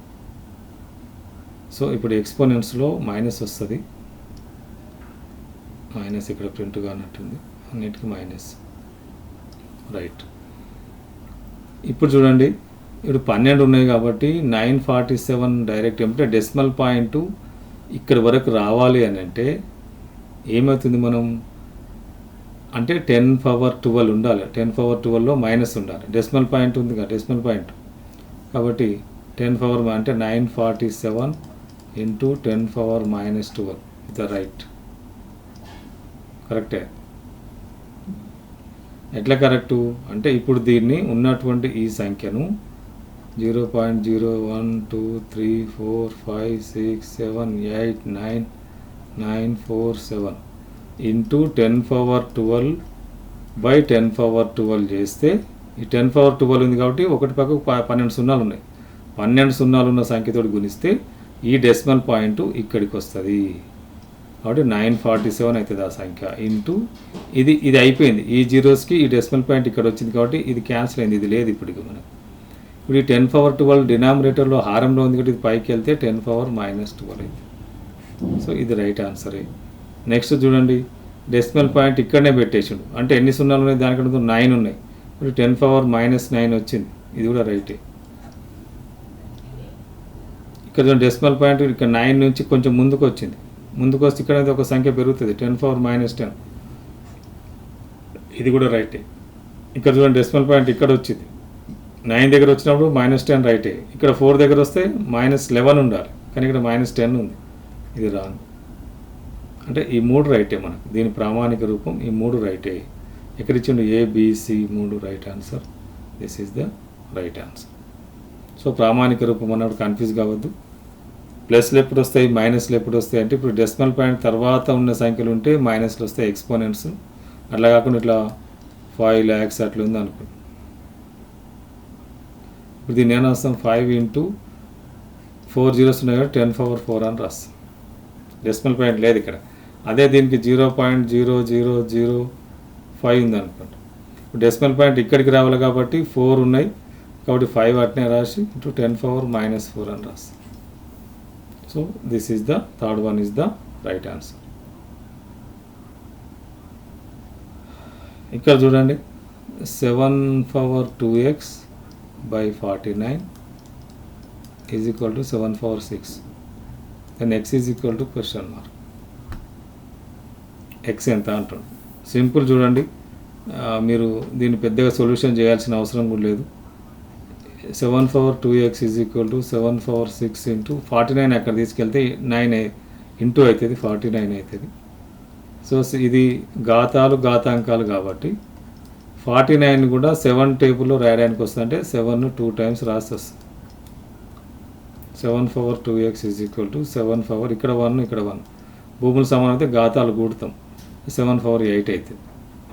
ఇప్పుడు ఘాతాలు సమానంగా ఉంటే ఎక్స్ దగ్గర ఎంత ఉంటే 8 అవుతుంది, 4 ఉంటే 8 అవుతుంది. 4 2 8 కదా, అన్ని కంపేర్ చేసుకోండి. 5 ఉంటే 10 అయింది, ఇక్కడ 10 ఉంటే 5 కరెక్ట్ ఆన్సర్, ఇక్కడ 12 ఉంటే 6 కరెక్ట్ ఆన్సర్, ఇక్కడ 6 ఉంటే 3 కరెక్ట్ ఆన్సర్. కానీ ఇక్కడ 8 ఉంది కాబట్టి ఎక్స్ దగ్గర ఎంత ఉంటే 4 2 8, 4 ఇస్ ద రైట్ ఆన్సర్. మళ్ళీ మీరు సొల్యూషన్ చేయాల్సిన అవసరం లేదు. ఒకవేళ మీరు సొల్యూషన్ చేయాలనుకుంటే ఇక్కడ 2x ఘాతాలు సమానం చేసుకుంటారు, 2x 2 4x 2x is equal to 8/2s 4s. ఇక్కడనే చేయొచ్చు. మనకి 2 స్టెప్స్ చేసే వరకు టైం ఎక్స్టెండ్ అవుతుంది కాబట్టి ఇక్కడనే చూసుకొని కంపేర్ చేసుకోవచ్చు. So 4 is the right answer.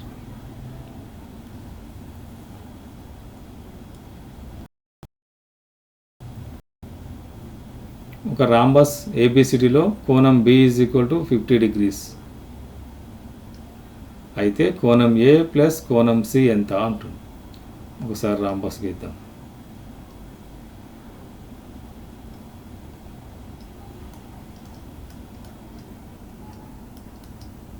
ఏ ఇచ్చిండు 50 degrees ఇచ్చిండు, రైట్. ఏ ఇచ్చిండా, బి ఇచ్చిండు, సారీ ఇక్కడ బి రాద్దాం.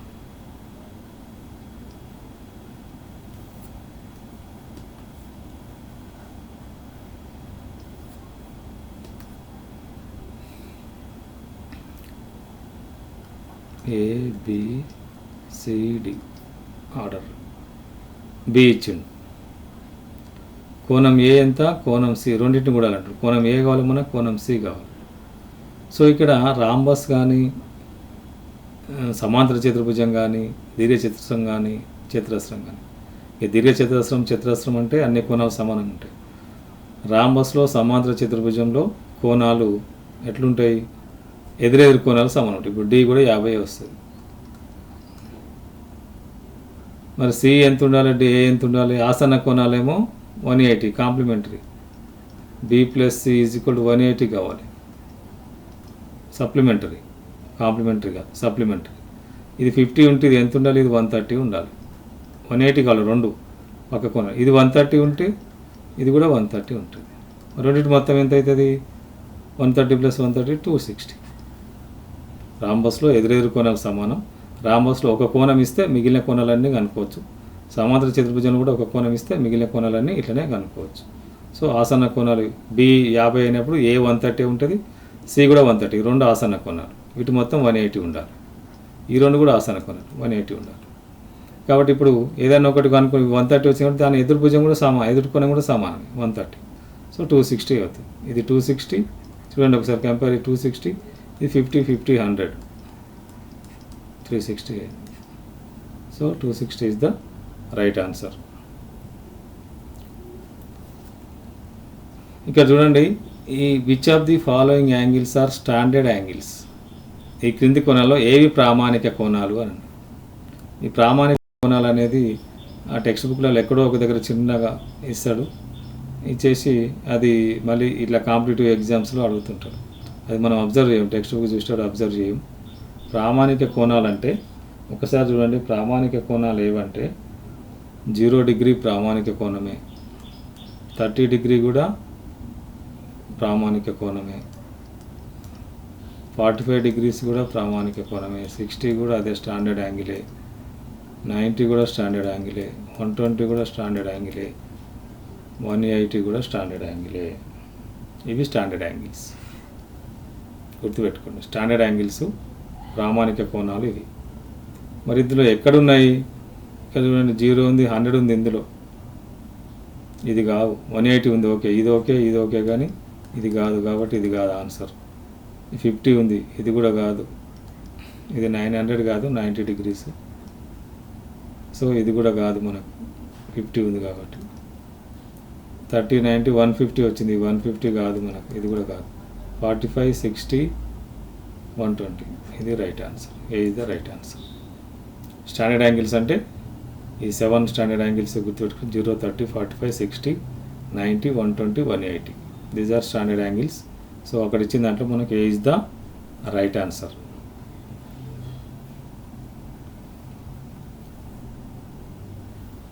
చూడండి ఇక్కడ కూడా ఒక ఈక్వేషన్ ఇచ్చిండు. x + 7/3x + 16 = 4/7.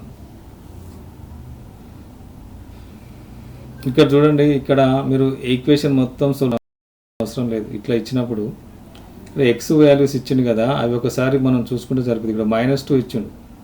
ఎక్స్ దగ్గర -2 పెట్టినాం అనుకో, ఏమవుతుంది? -2 + 7 అవుతుంది. అంటే అది 5 అవుతుంది. న్యూమరేటర్లో ఇక్కడ 5 ఉందా? లేదు. కాబట్టి ఇది రాంగ్ ఆన్సర్. -3 తీసుకున్నాం అనుకోండి, ఎక్స్ దగ్గర -3 + 7 పెడితే 4 వస్తుంది, రైట్ వస్తుంది. కాబట్టి ఇది రైట్ ఆన్సర్ అయ్యే అవకాశం ఉంది మనకు. -1 పెట్టాం అనుకో, -1 + 7 6 వస్తుంది, ఇక్కడ 4 ఉంది, ఇది కూడా రాంగే. 0 పెడితే 7 వస్తుంది, ఇది కూడా రాంగే. So B is the right answer. దీని సొల్యూషన్ అక్కర్లే. దీని టోటల్ ఇప్పుడు ఇక్కడ కూడా మనం సబ్స్టిట్యూట్ చేస్తే, ఒకసారి డౌట్ ఉంటే ఇక్కడ కూడా సబ్స్టిట్యూట్ చేసి చూసుకోండి. న్యూమరేటర్ ఓకే అయింది, 4 వచ్చింది. 3 ఎక్స్ దగ్గర -3 పెట్టేస్తాం, +16, 3 - 3 -9 + 16 × 7 సరిపోయింది. దాన్ని సొల్యూషన్ చేయడం, మళ్ళీ క్రాస్ మల్టిప్లికేషన్ చేయడం, మల్టిప్లై చేయడం, మళ్ళీ లెఫ్ట్ రైట్ వర్డ్స్ తీసుకురావడం, అదంతా అవసరం లేదు. ఆప్షన్స్ ఒక్కసారి చెక్ చేసుకుంటే సరిపోతుంది. చూడండి ఇక్కడ క్రింది వాటిలో ఏది చిన్నది అని అంటుంది.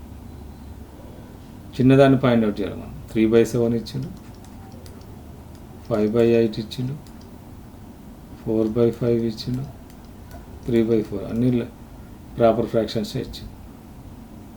ఫస్ట్ ఏవైనా రెండు కంపేర్ చేద్దాం. ఇట్లా కంపేర్ చేయొచ్చు, మీరు డివిజన్ చేసుకుని కంపేర్ చేయొచ్చు. ఇట్లా కంపేర్ చేసేటప్పుడు ఏం చేస్తాం మనం? ఈ రెండు మల్టిప్లై చేస్తాం. మల్టిప్లికేషన్ కొద్దిగా ఫాస్ట్ ఉంటే 8 × 7 = 56 వచ్చేస్తుంది. సో చూడండి ఇక్కడ 8 × 7 = 56 కాబట్టి 56 రాసేసి 3కు 8 మల్టిప్లై, ఇది ఇక్కడ వస్తుంది, ఇది ఇక్కడ వస్తుంది. 3 × 8 = 20, ఇది 24. నెక్స్ట్ ఫ్రాక్షన్కి ఏమో 56, 7 × 5 = 35. ఇప్పుడు ఏది చిన్నదైంది? 24/56 చిన్నది. ఎందుకంటే హారాలు సమానంగా ఉన్నప్పుడు లవాలలో ఏది చిన్నగా ఉంటే అదే చిన్న సంఖ్య. అంటే ఇది 3/7 చిన్నదైంది, రెండిట్లలో ఇది చిన్నదైంది. రౌండ్ చేసుకోండి. ఈ రెండు చూడండి సేమ్ యాజ్ ఇట్ ఈస్. 20 వస్తుంది, 5 × 4 = 20, 4 ఇక్కడ వస్తుంది, ఇది 16, ఇది 20, ఈ 5 ఇటు పోతుంది 15. ఇందులో ఏది చిన్నదైంది? ఇది చిన్నదైంది, 3/4 చిన్నదైంది. మరి ఇప్పుడు 3/7, 3/4 కూడా కంపేర్ చేయాలి. 3/4, 3/7 కంపేర్. ఇప్పుడు లవాలు సమానంగా ఉన్నాయి. లవాలు సమానంగా ఉన్నప్పుడు హారాలలో ఏది ఎక్కువ ఉంటే అది చిన్నది. 3/7 చిన్నది, 3/4 కంటే 3/7 చిన్నది. So 3/7 is the right answer. లేదు మాకు ఇట్లా కన్ఫ్యూజన్ ఉంది అంటే ఇప్పుడు 3/7 చూడండి. 3/7 అంటే 7తో డివిజన్ చేయాలి. 0 పాయింట్ ఇక్కడ 0 వస్తుంది. 7 × 4 = 28, 2 మిగులుతుంది. 7 × 2 = 14. ఓకే రైట్, 2 డిజిట్స్ అన్నాం. అది 0.42 వచ్చింది. 5ని 8తో డివిజన్ చేస్తే ఇక్కడ 0.0, 8 6 48 అంటే 0.6 వచ్చింది. ఇక్కడ 4 వచ్చింది, ఇక్కడ 6 వచ్చింది కాబట్టి 0.6, 2 మిగులుతుంది. 8 2 అంటే 0.62 వచ్చింది. 4/5 అంటే 4ను 5తో మల్టిప్లై చేస్తే 0, ఇక్కడ 0.058 అంటే 0.8. 3ని 4తో మల్టిప్లై చేస్తే 0.047 28, 2 5 వస్తుంది. అంటే ఇది 0.62 ఒకటి వచ్చింది, 0.75 ఒకటి వచ్చింది, 0.8 ఒకటి వచ్చింది, 0.42 ఒకటి వచ్చింది. ఏ చిన్నది మరి? ఇందులో 0 డెసిమల్ తర్వాత ఇది 6 ఉంది, 7, ఇది 8.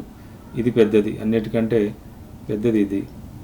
తర్వాత 7 ఇది, తర్వాత ఇది, లాస్ట్కి ఇది. 0.42 దేనికి వచ్చింది? 3/7కి వచ్చింది. ఇట్లా కూడా కంపేర్ చేసుకోవచ్చు మీరు. సో మీకు ఏది ఫ్లెక్సిబిలిటీ ఉంటే, ఏది ఫాస్ట్గా మీరు చేయగలిగితే అది చేసుకోవచ్చు.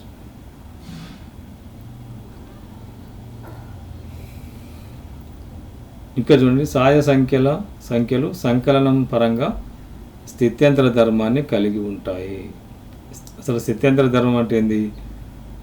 ఏవైనా రెండు సహజ సంఖ్యలు తీసుకున్నప్పుడు సహజ సంఖ్యలకు సంబంధించి అడిగినప్పుడు సహజ సంఖ్యలు a + b = b + a కావాలి. ఇది ప్లస్ దృష్టి. a - b = b - a కావాలి. ఇది మైనస్ దృష్టి. a × b = b × a కావాలి. ఇది ఇంటూ దృష్టి. a / b = b / a కావాలి. ఇది డివైడెడ్ బై దృష్టి.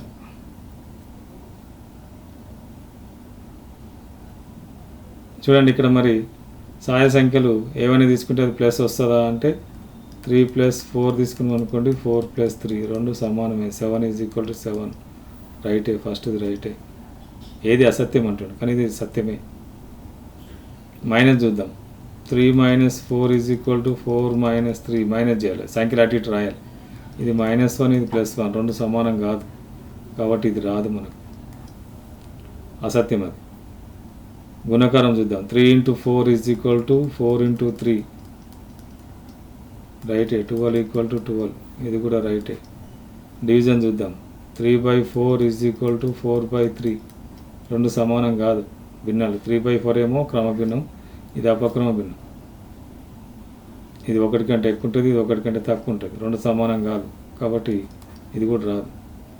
అంటే ఈ రెండు అసత్యాలు. బీడీలు అసత్యాలు. ఎక్కడుంది అది? BD, 4th option.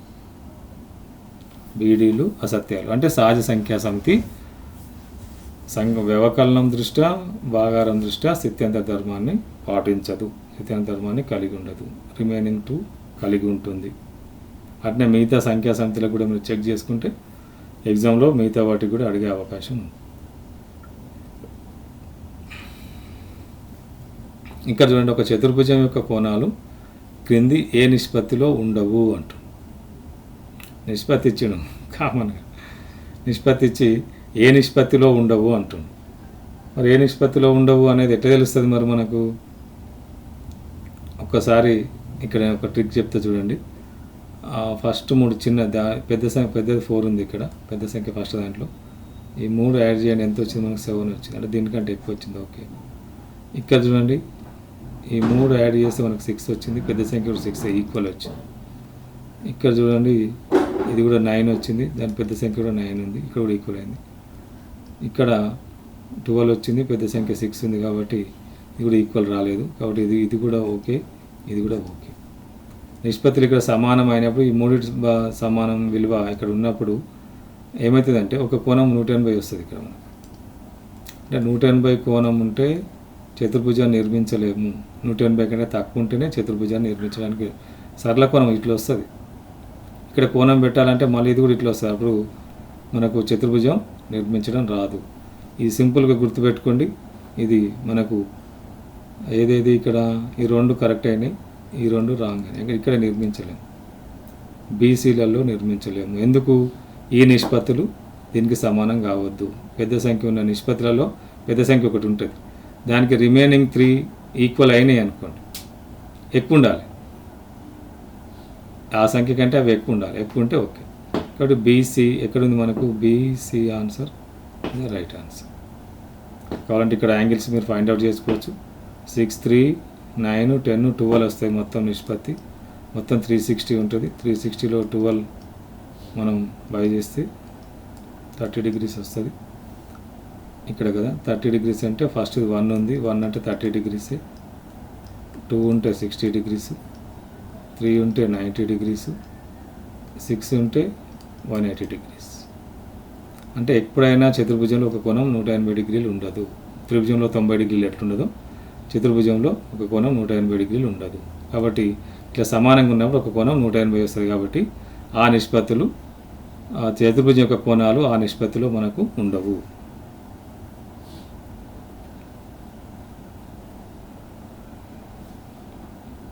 చూడండి, ఒక చతురస్రం యొక్క కర్ణం పొడవు 8√3 సెంటీమీటర్లు అయితే ఆ చతురస్ర వైశాల్యం ఎంత అంటుంది? చతురస్రం అంటే అన్ని భుజాలు సమానంగా ఉంటాయి. ఇది ఎక్స్, ఇది ఎక్స్, ఇది ఎక్స్, ఇది ఎక్స్. చతురస్రం యొక్క కర్ణము √2 టైమ్స్ ఉంటుంది భుజానికి. ఇది గుర్తుపెట్టుకుంటే సరిపోతుంది. చతురస్రం యొక్క కర్ణం పొడవు √2 టైమ్స్ ఉంటుంది భుజానికి. √2 టైమ్స్ అంటే ఇది ఎక్స్ అయితే ఇది √2 ఎక్స్ అయితే, అంటే ఈ లంబకోణ త్రిభుజం కాబట్టి కర్ణం యొక్క వర్గం మిగిలిన 2 భుజాల మీద వర్గాల మొత్తానికి సమానం. ఆ ఫార్ములా ఇక్కడ అప్లై చేస్తాం మనం. కాబట్టి ఇది √2 ఎక్స్ వస్తుంది. అంటే జనరల్గా అందరూ గుర్తుపెట్టుకుంటుంది. చతురస్రంలో కర్ణం యొక్క పొడవు భుజం పొడవుకు √2 టైమ్స్ ఉంటుంది. భుజం పొడవుకు √2 టైమ్స్ ఉంటుంది. ఇక్కడ కర్ణం పొడవు ఇచ్చిండు.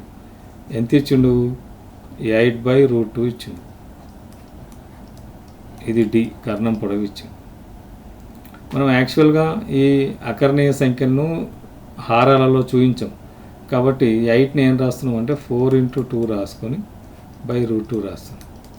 4×2ను √2 √2 రాస్తే 2 వస్తుంది. మళ్ళీ ఇది √2, ఇది క్యాన్సిల్ అయింది. ఇప్పుడు దాని పొడవు ఎంత? 4√2. 8/√2 విలువ 4√2 అన్నట్టు. జనరల్గా ఇట్లా రిప్రజెంట్ చేస్తాం మనం, ఇట్లా కాకుండా. ఇది 2 సమానమే. అంటే 4√2 ఇచ్చిండు. 4√2 అనేది ఏంది? కర్ణం పొడవు. డి ఎంత ఉంది నీకు? 4√2 ఉంది. మరి సైడ్ ఎంత ఉంటుంది? ఎస్ ఎంత ఉంటుంది? 4 ఉంటుంది. √2 టైమ్స్ ఉంది కదా, 4 ఉంటుంది. మరి సైడ్ 4 అయినప్పుడు నీకు వైశాల్యం ఎంత? Side into side 4×4 16 centimetre square ఎక్కడ ఉంటుంది. అది 8 ఇచ్చింది కాబట్టి డైరెక్ట్ కన్ఫ్యూజ్ అయ్యి 8√2 అనుకొని 8/8 రాస్తారని కన్ఫ్యూజ్ చేయడం కోసం కూడా ఇక్కడ క్వశ్చన్ ఇట్లా ఇవ్వడం జరిగింది. సో 8/√2 అది 8√2 కాదు. ఫాస్ట్గా చదివేటప్పుడు కొంతమంది మిస్టేక్ చేసే అవకాశం కూడా ఉంటుంది. అట్లా చేయకుండా మ్యాథమెటిక్స్లో ఫస్ట్ క్వశ్చన్ పర్ఫెక్ట్గా చదివితే మనకు ఆన్సర్ సులభంగా వస్తుంది. అంటే మనం రాంగ్ రూట్లో ఎట్లా చేస్తాం అనేది కూడా వాళ్ళకి అర్థమైపోయి ఆప్షన్స్ కూడా ఇస్తారు. మనం ఫాస్ట్గా రాంగ్ రూట్లో చేసి వచ్చే ఆన్సర్ కూడా అందులో ఉంటుంది.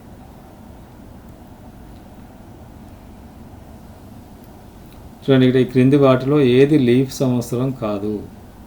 దీని మీద కూడా క్వశ్చన్స్ వస్తున్నాయి. లీఫ్ ఇయర్లు ఏది లీఫ్ సంవత్సరం కాదు? ఏది లీఫ్ సంవత్సరం కాదంటే మనం జనరల్గా ఏం చేస్తాం? 4తో డివిజబుల్ చూస్తాం. 2024 ఇచ్చిండు, 32 సెంచరీ ఇచ్చిండు, 27 సెంచరీ ఇచ్చిండు, 2056 ఇచ్చిండు. కామన్ ఇప్పుడు 4తో అన్ని 4తో డివిజబుల్ అవుతాయి. యూనిట్ ప్లేస్లో 10th ప్లేస్లో 0 ఉంటే అది 4తో డివిజబుల్ అవుతుంది. ఇది కూడా డివిజబుల్ అవుతుంది, ఇది కూడా డివిజబుల్ అవుతుంది. కానీ ఇక 24 డివిజబుల్ అవుతాయి, 56 కూడా డివిజబుల్ అవుతాయి. ఇవన్నీ డివిజబుల్ అవుతాయి. కానీ ఇక్కడ 4తో డివిజబుల్ అవుతున్నాయి కాబట్టి మరి ఏది ఆన్సర్ కాదు?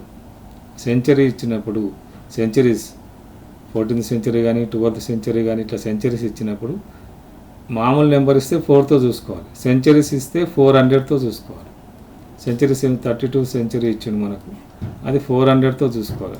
జీరోస్ క్యాన్సిల్ చేస్తే 4 టేబుల్లో క్యాన్సిల్ అయింది ఇది, అంటే ఇది okay leap year. 27th century చూద్దాం, 400. 4 టేబుల్లో 27 రాదు కాబట్టి ఇది కాదు. ఇది మన right answer. 27th century leap year కాదు.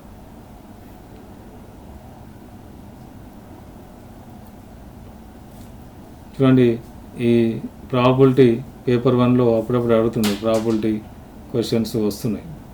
ఒక పాచికను ఒకసారి దొరికిస్తే 6 యొక్క కారణాంకం రావడానికి గల సంభావ్యత ఎంత అంటుంది. పాచిక అంటే పాచిక పైన నెంబర్స్ మనకు 2, 3, 4, 5, 6 ఇవి ఉంటాయి నెంబర్స్. ఇది జనరల్గా గేమ్స్ ఆడుతూ ఉంటారు, డైస్ వేసి ఆడుతూ ఉంటారు. ఇవి ఉంటాయి నెంబర్స్ ఉన్నప్పుడు ఏం కావాలి? 6 యొక్క కారణాంకం. 6కు కారణాంకాలు ఏంటి? ఇంతకుముందు కారణాంకాలు మనం దానికి రాసినాం, ఏదో సంఖ్యకు రాసినాం, 12కో 48కో రాసినాం. చూడండి, 1 కారణాంకాలు రాసేటప్పుడు 1 × 6 1 టేబుల్ నుంచి పోవాలి. 2 × 3 అంతే. ఇక 3 టేబుల్లో వచ్చినా ఆల్రెడీ 3 వచ్చింది కాబట్టి 6కు కారణాంకాలు ఏంటి? 1, 2, 3, 6 ఇవి 6కు కారణాంకాలు. మరి పాచిక మీద ఎన్ని ఉన్నాయి? 1, 2, 3 ఇవి ఆల్రెడీ మనకి ఇక్కడ వచ్చేసినాయి. 4, 5 లేవు ఇక్కడ, అంటే 4, 5 అంటే మనకు ప్రాబబిలిటీ ఏంది? అనుకూల పర్యవసానాలు బై మొత్తం పర్యవసానాలు. అనుకూల అనుకూలం ఏమున్నాయి? 6 యొక్క కారణాంకం వచ్చేటివన్నీ అనుకూలమే. 1 2 3 4 ఉన్నాయి. 4 అనుకూలం ఉన్నాయి. మొత్తం ఎన్ని పాచిక మీద మొత్తం ఎన్ని ఉన్నాయి? 6 ఉన్నాయి. 4/6.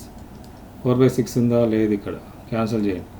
2 2 జా 2 3 జా 2/3. So 2/3 is the right answer. So okay, 24 questions మీకు ఎక్స్ప్లెయిన్ చేయడం జరిగింది. మరి నెక్స్ట్ వీడియోలో మరిన్ని ఇంపార్టెంట్ క్వశ్చన్స్ ఇంకేమైనా ఉంటే వాటితోటి మీకు ఇంపార్టెంట్ క్వశ్చన్స్ చెప్పడానికి, మళ్ళీ ఇవి కాకుండా ఇంకేమైనా అడిగినప్పుడు అవి కూడా ఎక్స్ప్లెయిన్ చేసే ప్రయత్నం చేస్తాను. మరి చూడండి, సబ్స్క్రైబ్ చేసుకోండి, లైక్ చేయండి.